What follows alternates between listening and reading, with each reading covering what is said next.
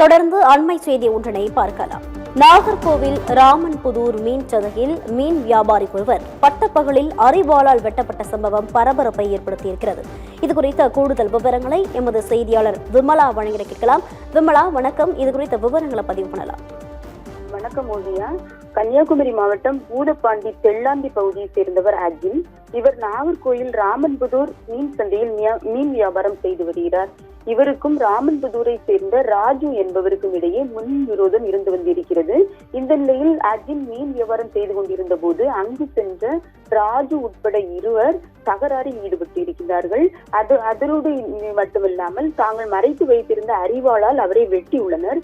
பின்னர் அந்த ராஜுவும் கூட வந்தவரும் தப்பி சென்றிருக்கிறார்கள். இது பதிலுக்கு தப்பி செல்ல முயன்ற ராஜுவை பதிலுக்கு அர்ஜுன் கத்தி எடுத்துக்கொண்டு வெட்ட துரத்தி சென்றுள்ளார். ஆனால் அவர்கள் தப்பி ஓடிவிட்டனர். சினிமா காட்சிகளைப் போல நடந்த இந்த அரிவாள் சம்பவத்தை பார்த்து அந்த மீன் வாங்க வந்த பொதுமக்கள் சிதறி ஓடியிருக்கிறார்கள்.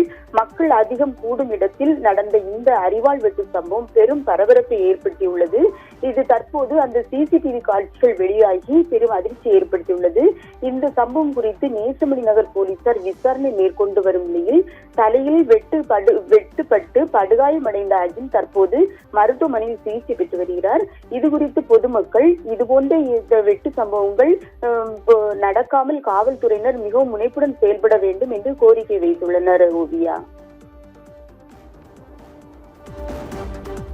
கூடுதல் விவரங்களுக்கு நன்றி விமலா.